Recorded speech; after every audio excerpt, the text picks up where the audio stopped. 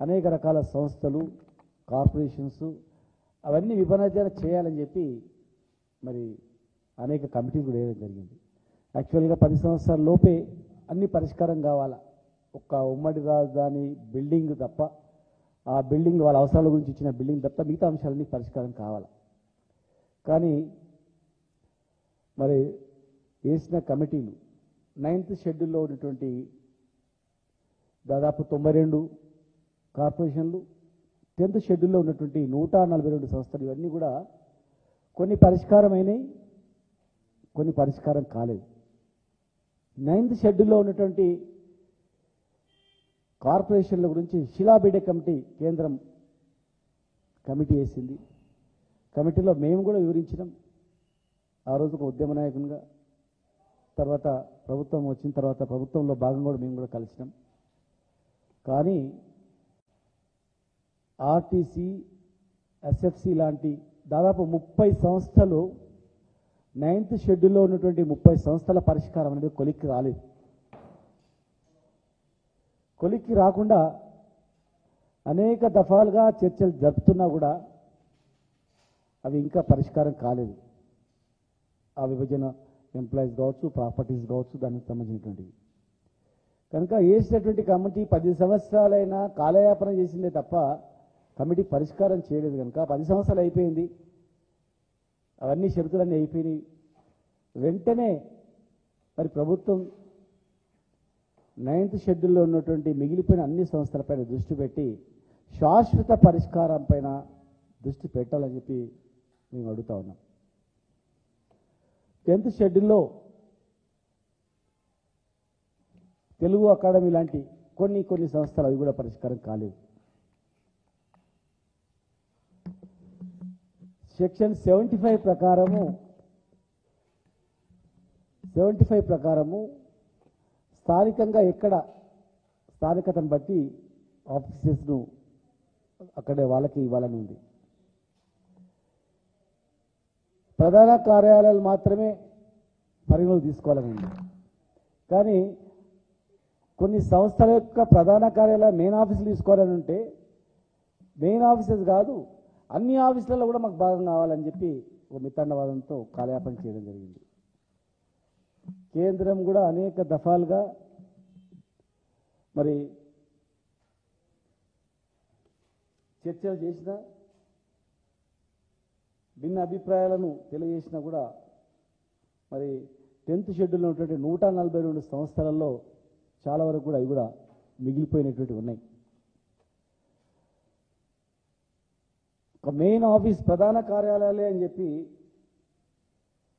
క్లియర్గా ఉన్నా కూడా కేంద్రం చెప్పినా కూడా ఆ రోజు వినలేదు. కనుక మెయిన్ ఆఫీసులు మాత్రమే దానిలో హక్కు ఉంటుంది. గడువు అయిపోయిన తర్వాత వాళ్ళకి సంబంధం ఉండదు. మరి మెయిన్ ఆఫీసు ప్రధాన కార్యాలయం ఉంటుంది, ప్రధాన కార్యాలయం కానీ ప్రధాన కార్యాలయం కాదు, దానికి సంబంధించిన ఆఫీసులు మొత్తం కూడా దీని పరిధిలోకి తీసుకోవాలని చెప్పి ఒక మిత్తండవాదం ఆ రోజు చేయడం జరిగింది. కనుక ఈరోజు 2 రాష్ట్రాలు ప్రభుత్వం పైన మేము పోరాటం చేసిన తప్ప ప్రజలపైన కాదు. ఆనాడు కూడా దాన్ని 10 సంవత్సరాల పరిపాలనలో మేము రుజువు చేసినాం.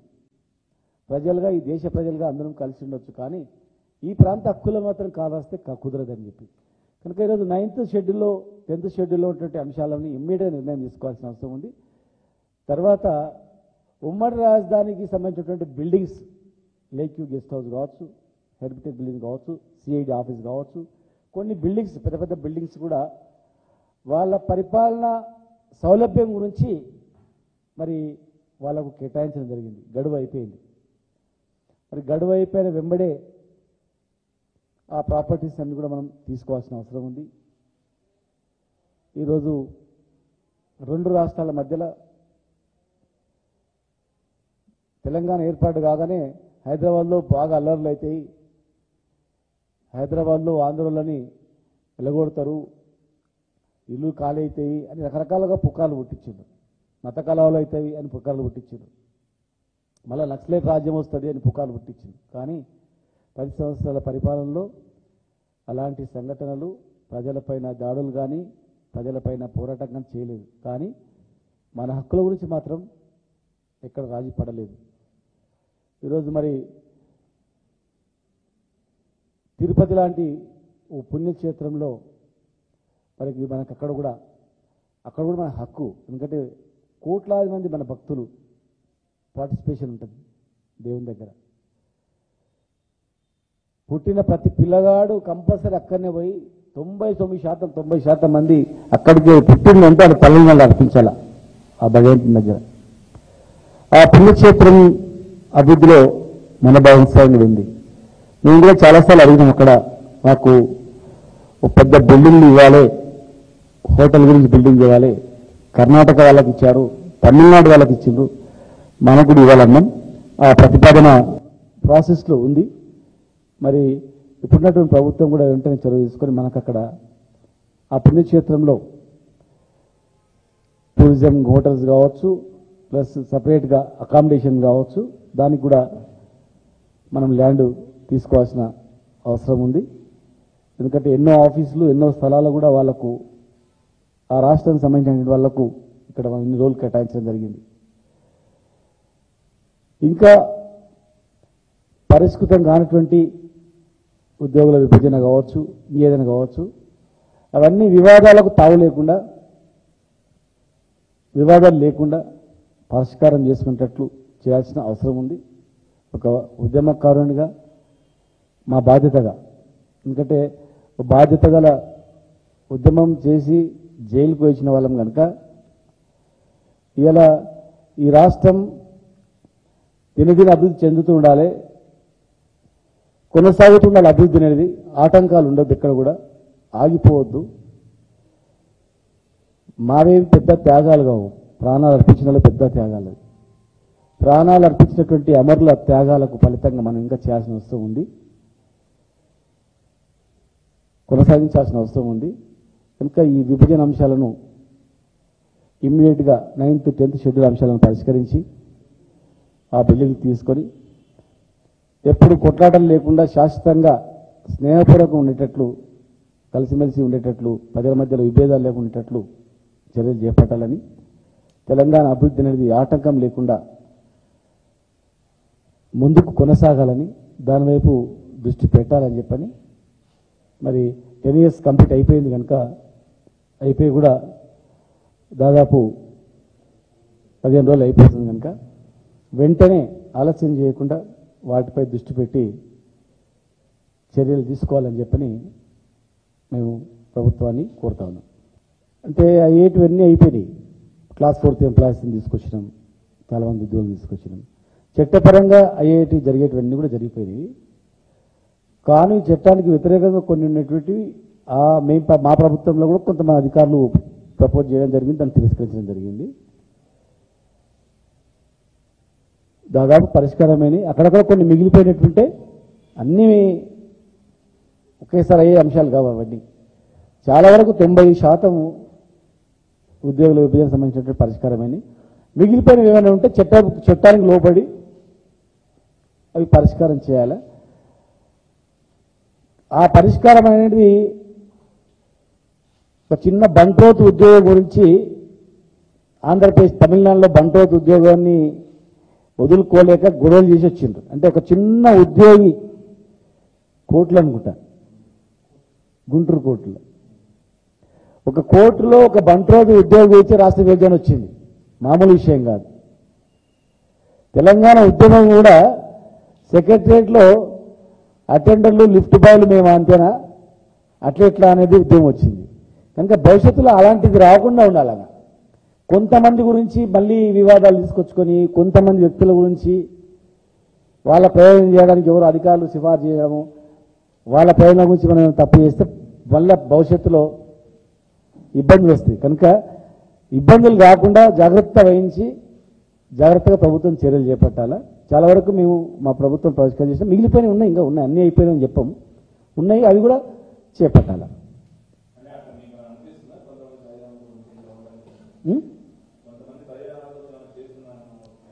మేము ప్రయోజనాల గురించి కొంతమంది ఆఫీసర్లు అక్కడ ఉన్న ప్రయత్నం చేస్తూనే ఉంటారు. కానీ ప్రభుత్వాలు మాత్రం అప్రమత్తంగా ఉంటాయని మాత్రం తెలుసు. ఎందుకంటే ఇది ఉద్యమంగా తెలంగాణ ఉద్యమం నుంచి వచ్చింది కనుక ఎవరు కూడా సాహసం చేయరు, తప్పులు చేస్తారు అనేది మేమే అనుకోం, జాగ్రత్తనే వహిస్తారు. ఇది అగ్ని లాంటి ఉద్యమం కదా, ఇది నీరు కప్పిన నిప్పులాగా ఉన్నటువంటి తెలంగాణ ఉద్యమం మళ్ళీ వేసికొట్టింది. అట్లా ఒకవేళ చేస్తే కూడా ఊరుకోరు కదా, నిబంధనకు విరుద్ధంగా ఎవరైనా అట్లా ప్రయత్నం చేసినా మేమైతే ఊరుకోం. మాకు ఈ రాజకీయ ప్రయోజనాలను దాని గురించి అని కాదు, తెలంగాణ వస్తుందో రాదో అనుకున్న రోజుల్లోనే ఉద్యమం చేసిన వాళ్ళం. తెలంగాణ రాష్ట్రం గురించే ఒక గజితాధికారుల సంఘాన్ని స్థాపించిన వ్యక్తిని, ఒక సంఘాన్నే స్థాపించిన వ్యక్తిని, సంఘం స్థాపించిన రోజే తెలంగాణ రాష్ట్ర ఏర్పాటులో భాగంగానే సంఘం పెట్టినామని చెప్పినటువంటివి సకల జనుల సమ్మె మన్మోహన్ సింగ్ గారు ఉద్యోగులు సకల జన సమ్మె తెలంగాణ రాష్ట్రం గురించి చేసిండ్రా. ఇంత గ్రేట్ దేశంలోనే, ఎంతో ఈ భారతదేశంలోనే ఒక రాష్ట్రం గురించి సాక్రిఫైస్ చేసినటువంటి వాళ్ళు ఎంప్లాయీస్ ఉన్నారంటే అది తెలంగాణ రాష్ట్రం ఉందంటే చాలా గ్రేట్ అని చెప్పినటువంటిది ఆనాడు ప్రధానమంత్రి మెచ్చుకున్నటువంటి సంఘటన. కనుక ఖచ్చితంగా ఈ రాష్ట్ర ప్రయోజనాలను మేము కాపాడుకుంటూ ఉంటాం, ప్రభుత్వాలకు సలహాలు చెప్తూ ఉంటాం, సూచనలు ఇస్తూ ఉంటాం, అప్రమత్తం చేస్తూ ఉంటాం. పొరపాటు చేస్తే ఖచ్చితంగా దాన్ని సవరించడానికి కూడా మేము చేస్తూ ఉంటాం.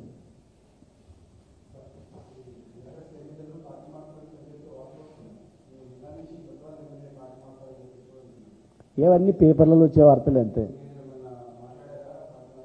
మాట్లాడాను, ఇవాళనే మాట్లాడాను, పేపర్లు వచ్చింది ఏంది కృష్ణమోహన్ రెడ్డి గారు అన్న. ఏం లేదన్నా, ఇట్లా అందరూ ఒకటి అంటున్నారు, ఏం లేదు. ఒక పని మీద నేను మంత్రి గారి దగ్గరికి వెళ్ళినా, నేను జూపల్లి గారి దగ్గరికి ఒక విషయవిధమైన పోతే అది ఎట్లా అంటున్నారు, వాళ్ళే ఎట్లా అంటున్నారు, అట్లేం లేదన్నా అని అన్నాడు. మరి రాష్ట్రాలు కూడా కలిసిమెలిసి అభివృద్ధి చేసుకోవాలా, హైదరాబాద్లో ఉన్నటువంటి ప్రతి ఒక్కరు కూడా ఎలాంటి ఇబ్బంది లేకుండా మేము చూసుకుంటామని చెప్పి గత 10 సంవత్సరాల్లో హైదరాబాద్లో ఉన్నటువంటి అనేక రాష్ట్రాల ప్రజలకు కావాల్సినటువంటి అన్ని రకాల సదుపాయాలు ఈక్వల్గా ఇచ్చినటువంటి సంగతి తెలుసు. పోతే రాష్ట్రం ఏర్పాటైన తర్వాత కొన్ని అంశాలు ఇంకా పరిష్కారం కాని అంశాలు, ఉమ్మడి రాజధానిగా 10 సంవత్సరాలు ఉండాలి, కొత్త రాష్ట్రం వాళ్ళు అక్కడ ఎట్లా పని చేసుకుంటారు, ఈ 10 సంవత్సరాల్లో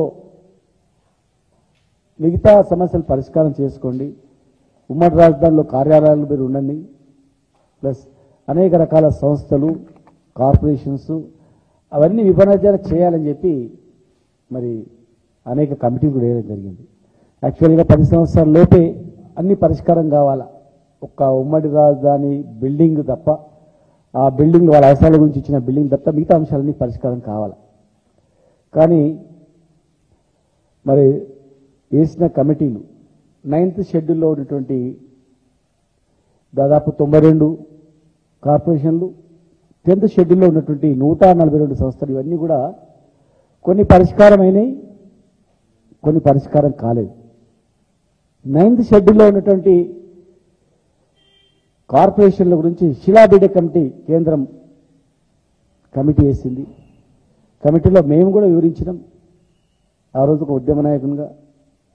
తర్వాత ప్రభుత్వం వచ్చిన తర్వాత ప్రభుత్వంలో భాగంగా కూడా మేము కూడా కలిసినాం. కానీ ఆర్టీసీ, ఎస్ఎఫ్సి లాంటి దాదాపు 30 సంస్థలు 9th షెడ్యూల్లో ఉన్నటువంటి 30 సంస్థల పరిష్కారం అనేది కొలిక్కి రాలేదు. కొలిక్కి రాకుండా అనేక దఫాలుగా చర్చలు జరుపుతున్నా కూడా అవి ఇంకా పరిష్కారం కాలేదు. ఆ విభజన ఎంప్లాయీస్ కావచ్చు, ప్రాపర్టీస్ కావచ్చు, దానికి సంబంధించినటువంటివి. కనుక వేసినటువంటి కమిటీ 10 సంవత్సరాలైనా కాలయాపన చేసిందే తప్ప కమిటీ పరిష్కారం చేయలేదు. కనుక 10 సంవత్సరాలు అయిపోయింది, అవన్నీ షరతులన్నీ అయిపోయినాయి. వెంటనే మరి ప్రభుత్వం 9th షెడ్యూల్లో ఉన్నటువంటి మిగిలిపోయిన అన్ని సంస్థలపైన దృష్టి పెట్టి శాశ్వత పరిష్కారం పైన దృష్టి పెట్టాలని చెప్పి మేము అడుగుతా ఉన్నాం. 10th షెడ్యూల్లో తెలుగు అకాడమీ లాంటి కొన్ని సంస్థలు అవి కూడా పరిష్కారం కాలేదు. సెక్షన్ 75 ప్రకారము స్థానికంగా ఎక్కడ స్థానికతను బట్టి ఆఫీసెస్ను అక్కడ వాళ్ళకి ఇవ్వాలని ఉంది. ఓకేనా? ప్రధాన కార్యాలయాలు మాత్రమే పరిగణలోకి తీసుకోవాలని ఉంది.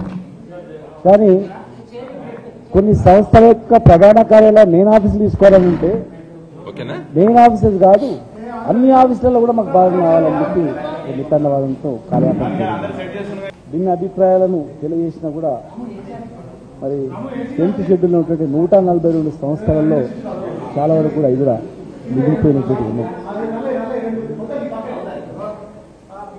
ఒక మెయిన్ ఆఫీస్ ప్రధాన కార్యాలయాలే అని చెప్పి క్లియర్ గా ఉన్నా కూడా కేంద్రం కూడా ఆ రోజు దేశవ్యాప్తంగా నీట్ పరీక్ష పైన ఒక చర్చ జరుగుతుంది. మాత్రమే బీహార్ లో అదేవిధంగా గుజరాత్ రాష్ట్రంలో గడువు అయిపోయిన తర్వాత రెండు కూడా ఎన్డీఏ మరి ప్రధాన కార్యాలయం ప్రధాన కార్యాలయం కానీ ప్రధాన కార్యాలయం రాష్ట్రాల లోపల దానికి సంబంధించిన ఆఫీసులు మొత్తం కూడా దీని పరిధిలోకి తీసుకోవాలని చెప్పి 30 లక్షల రూపాయలు అమ్ముకున్నారనేది కనుక ఈరోజు ప్రభుత్వమే చెప్తుంది. కేంద్ర ప్రభుత్వం 2 రాష్ట్రాలు మరి దురదృష్టవశాత్తు ప్రభుత్వం పైన మేము పోరాటం చేసిన తప్ప ప్రజలపై కాదు, అక్కడికే పరిమితమైంది అని అనుకోవడం లేదు. దాన్ని 10 సంవత్సరాల చాలా రాష్ట్రాల్లో ప్రజలుగా ఈ దేశ ప్రజలుగా అందరూ కలిసి ఉండొచ్చు కానీ కోట్లాది రూపాయలు మాత్రం కావాస్తే కుదరదని చెప్పి కనుక ఈరోజు 9th షెడ్యూల్లో 10th షెడ్యూల్లో అంశాలను ఇమ్మీడియట్ నిర్ణయం తీసుకోవాల్సిన అవసరం ఉంది. తర్వాత ఉమ్మడి రాజధానికి సంబంధించిన బిల్డింగ్స్ రూపాయలు ఎక్కడైతే ట్రాన్స్ఫర్ లేదో అక్కడ కొన్ని బిల్డింగ్స్ పెద్ద పెద్ద బిల్డింగ్స్ కూడా చట్టం కూడా చెప్తుంది. వాళ్ళ పరిపాలన సౌలభ్యం గురించి మరి ఈ అవినీతి జరిగినప్పటికీ కూడా గడువు అయిపోయింది. కేంద్ర ప్రభుత్వం ఇప్పటివరకు స్పందించలేదు. గడువు అయిపోయిన వెంబడే మోడీ గారి ప్రభుత్వం స్పందించలేదు. ఇప్పటివరకు అవసరం ఉంది. చిన్నారులు 12వ తరగతి పాస్ అయి 2 రాష్ట్రాల మధ్య పరీక్ష రాసినటువంటి లక్షలాది మంది తెలంగాణ ఏర్పాటు కాగానే హైదరాబాద్ లో బాగా అల్లర్లు అయితే మా పిల్లలకు అడ్మిషన్స్ హైదరాబాద్ లో వెళ్ళగొడతారు అంతా కూడా ఇల్లు ఖాళీ అయితే రకరకాలుగా పథకాలు పుట్టించింది. మత కళాలు తల్లిదండ్రులకి మళ్ళా తెలంగాణ రాష్ట్రంలో కానీ చాలా మంది తల్లిదండ్రులు ఆవేదన వ్యక్తపరుస్తున్నారు. అలాంటి సంఘటనలు మరి నిన్న మొన్న జరుగుతున్న సంఘటనలు విద్యార్థి సంఘాలు ఈ రోజు కూడా పెద్ద ఎత్తున ధర్నాలు చేస్తున్నారు. గురించి మాత్రం మరి ఈ ఇష్యూ పైన నేను కొంత లోతుగా పరిశీలించి చర్చించినప్పుడు పుణ్యక్షేత్రంలో పరీక్ష పత్రములు లీకేజ్ అనేది ఒక సమస్య. అక్కడ కూడా మన హక్కు. ఇది దేశవ్యాప్తంగా మన భక్తులు వందలాది సెంటర్ లోపల ఈ పరీక్ష నిర్వహించారు. విదేశాల్లో కూడా ఈ పరీక్ష నిర్వహించారు. పుట్టిన ప్రతి పిల్లవాడు కంపల్సరీ చాలా 90% మంది అక్కడికి ఉండే ఉండొచ్చు. చాలా మంది ఆ పుణ్యక్షేత్రం అభివృద్ధిలో మన భాగస్వామ్యం ఉంది. నేను కూడా చాలాసార్లు అడిగినాం. అక్కడ నాకు పెద్ద బిల్డింగ్ ఇవ్వాలి, మెడికల్ కాలేజ్ హోటల్ గురించి బిల్డింగ్ ఇవ్వాలి, కర్ణాటక వాళ్ళకి ఇచ్చారు, తమిళనాడు వాళ్ళకి ఇచ్చింది, మనకు కూడా ఇవ్వాలన్నాం. ఆ ప్రతిపాదన ప్రాసెస్ లో ఉంది. మరి ఇప్పుడున్నటువంటి ప్రభుత్వం కూడా వెంటనే చర్య తీసుకుని మనకు అక్కడ పుణ్యక్షేత్రంలో నష్టం జరిగిందా, టూరిజం హోటల్స్ కావచ్చు, ప్లస్ సపరేట్ గా అకామిడేషన్ కావచ్చు, దానికి కూడా చాలా కాలం మనం ల్యాండ్ తీసుకోవాల్సిన అవసరం ఉంది. ఎందుకంటే ఎన్నో ఆఫీసులు ఎన్నో స్థలాలు కూడా వాళ్లకు ఆ రాష్ట్రానికి సంబంధించిన వాళ్లకు ఇక్కడ 1,000 కేటాయించడం జరిగింది. దాన్ని ఒప్పుకోలేదు. ఇంకా పరిస్థితులు రానుకుంటూ సుప్రీంకోర్టు తీర్పు ఉద్యోగుల విభజన కావచ్చు, ఉద్యోగం కావచ్చు, అవన్నీ వివాదాలకు తావు లేకుండా రాష్ట్రాలు ఆంధ్రప్రదేశ్ రాష్ట్రము తెలంగాణ రాష్ట్రం వివాదం లేకుండా పరిష్కారం చేసుకునేటట్లు చేయాల్సిన అవసరం ఉంది. అసలు ఉద్యమకారునిగా నా బాధ్యతగా, ఎందుకంటే బాధ్యత గల ఉద్యమం చేసి జైలుకు వచ్చిన వాళ్ళం కనుక అడ్మిషన్స్ ఉన్నటువంటి కాలేజీలు ఇలా ఈ రాష్ట్రం నిధులు అభివృద్ధి చెందుతుండాలి, కొనసాగుతున్న అభివృద్ధి అనేది ఆటంకాలు ఉండదు. ఇక్కడ కూడా ఆగిపోవద్దు.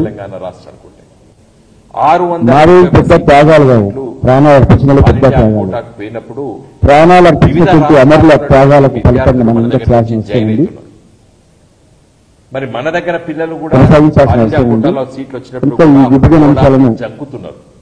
ఇమ్మీడియట్ గా 9th షెడ్యూల్ అంశాలను పరిష్కరించి ఆ బిల్లు తీసుకొని మారుమూల జిల్లా కేంద్రంలో ఎప్పుడు కొట్లాటం లేకుండా శాశ్వతంగా ఎక్కడో మారుమూల స్నేహపూర్వకంగా ఉండేటట్లు ఎక్కడో కలిసిమెలిసి ఉండేటట్లు మహారాష్ట్రలో ప్రజల మధ్యలో విభేదాలు లేకుండా ఉండేటట్లు మన పిల్లలు చర్యలు చదవడం చేపట్టాలని లేదు, తెలంగాణ అభివృద్ధికి ఆటంకం లేకుండా లేకపోతే వేరే రాష్ట్రాల్లో చదువుకోవడానికి ముందుకు జంకుతున్నారు. కొనసాగాలని దానివైపు పోవడం దృష్టి లేదు పెట్టాలని అని చెప్పని కూడా కొంతమంది మరి 10 years కంప్లీట్ అయిపోయింది కనుక తల్లిదండ్రులు కూడా చెప్పారు. అయిపోయి కూడా దాదాపు యూజీ అడ్మిషన్స్ అండర్ 15 రోజులు అయిపోతుంది కనుక గ్రాడ్యుయేట్ కేవలం వెంటనే 10% ఆలస్యం చేయకుండా మనం ఆల్ ఇండియా వాటిపై కోటాకు దృష్టి పెట్టి మరి అప్పుడు కూడా చర్యలు తీసుకోవాలని చెప్పని మన దగ్గర మేము ప్రభుత్వ మెడికల్ ప్రభుత్వాన్ని కాలేజీలో కోరుతున్నాం.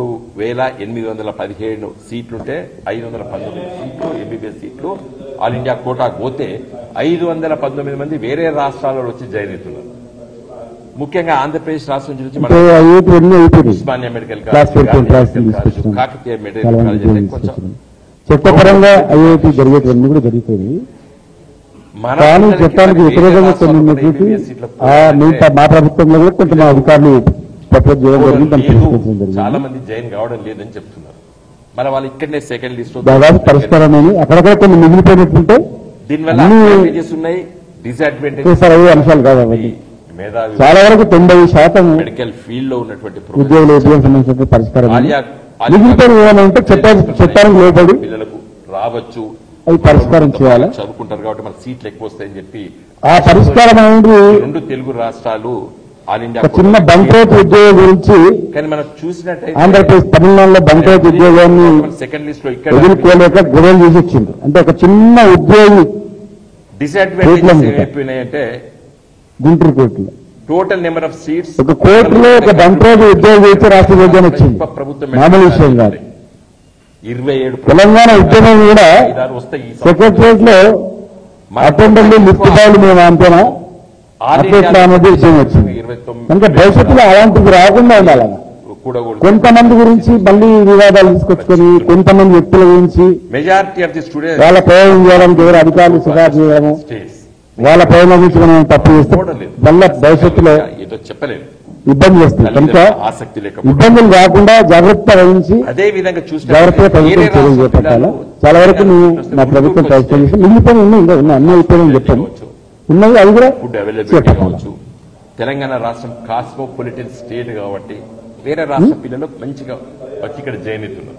మన మన మన మేము ప్రయోజనాల గురించి కొంతమంది ఆఫీసర్లు అయితే కొంతమంది ప్రయత్నం చేస్తారంటారు కానీ ప్రభుత్వాలు మాత్రం అప్రయోజకంగా ఉంటాయని మాత్రం ఈ తెలుసు. ప్రెసిడెంట్ ఎందుకంటే ఇది ఉద్యమం తెలంగాణ ఉద్యమం నుంచి వచ్చినాక ఎవరు కూడా సాహసం చేయరు తప్పులు చేస్తారు అనేది మేము అనుకోం